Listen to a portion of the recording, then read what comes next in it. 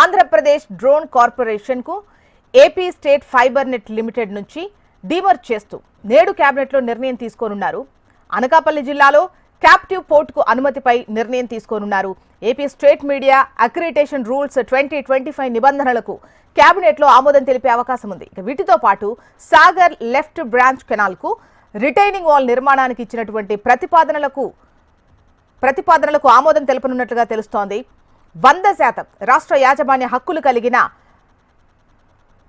ఎన్పీవీని companies act 2013 ఆధారంగా జలహారతి corporation పేరుతో ఏర్పాటు చేయడంతో పాటు ఈ కార్పొరేషన్ ద్వారా పోలవరం బనకచెర్ల లింక్ ప్రాజెక్టు రూపకల్పనపై చర్చించనుంది మంత్రివర్గం.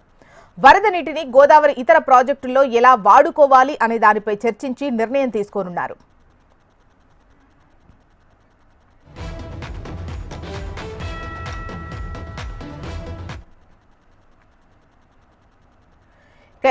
కాసేపట్లో ఏపీ కేబినెట్ భేటీ ఉంది. ఈ సమావేశంలో మొత్తం 9 అంశాలు ప్రధాన ఎజెండాగా మంత్రివర్గం చర్చలు జరపనున్నట్లుగా తెలుస్తోంది. డీటెయిల్స్ మనకు ఏపీ కోఆర్డినేటర్ రాజేష్ అందిస్తారు. రాజేష్, జోస్నా, ఏపీ కేబినెట్ సమావేశం మరికొద్ది నిమిషాల్లో ప్రారంభం కాబోతుంది. అయితే సచివాలయంలో జరగబోయే ఈ కేబినెట్ సమావేశంలో కీలక అంశాలను ఈ కేబినెట్లో చర్చించబోతున్నారు. అయితే ప్రధానంగా 9 అంశాలు ఈ కేబినెట్లో చర్చించబోతున్నారు.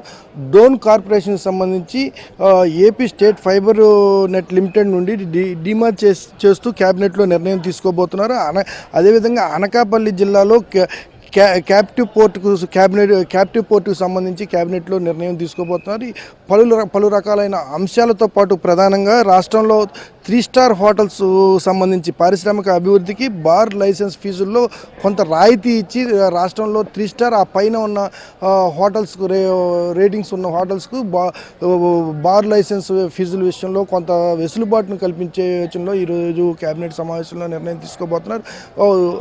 జర్నలిస్టులకు సంబంధించిన అక్రిడిటేషన్ కార్డుకు సంబంధించి జీవోను కూడా ఈరోజు కేబినెట్లో చర్చించబోతున్నారు.